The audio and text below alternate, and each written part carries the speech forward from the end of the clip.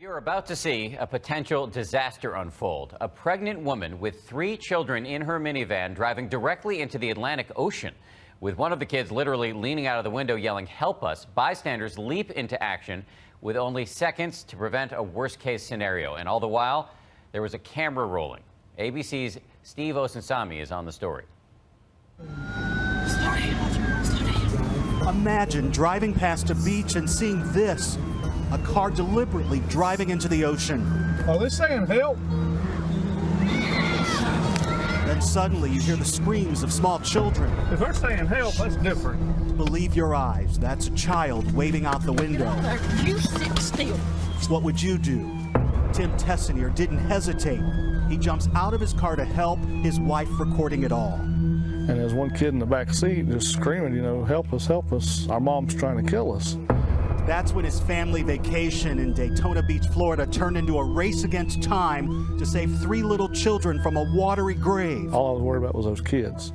That's all I cared about. They was screaming and their outstretched arms, and I don't know, I just did what come natural, I think. 21-year-old Stacy Robinson was also there, pleading with the kid's 32-year-old mother, Ebony Wilkerson, to turn the car around. The son was snatching at the wheel, trying to get her to come back towards the shore. And we're like, "Lady, you got to get out of the water." We're just trying to talk to her, And she looked back at us with this awful blank stare. I've been using the word possessed. I hate to use that, but that's what it looked like. "We're okay." That's all she was saying. "We're okay, we're okay." And the son was tugging on the wheel. When I was speaking to her, her eyes was like, was wide. Wide. They say she just kept driving. Stacy never lets go of the car. The surf is up to his chest. He reaches into the van to get the power windows down and his arms around 2 of the children, ages 9 and 10. I pulled the son out first and then the daughter, and I came walking out with both of them. I still don't believe it happened. I'm just glad I was there.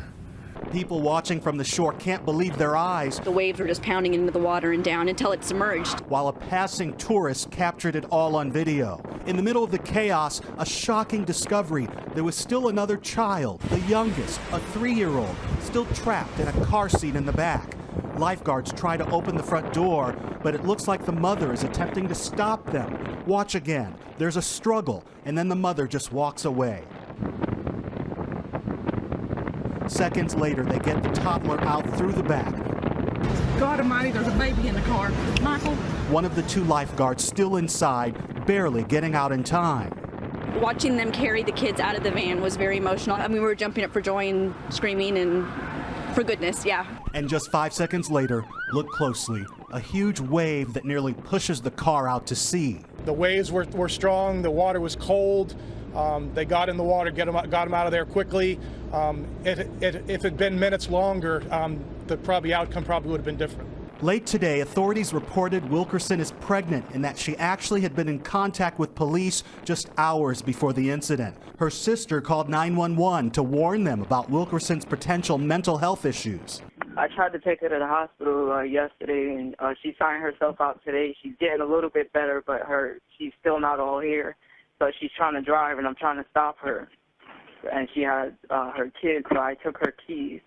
She had some crisis, but they did not meet the criteria to be able to do anything with her at that time. A few hours later, she would end up here. Authorities have yet to file any charges, but she's currently undergoing mental evaluations. Her children are all in state custody.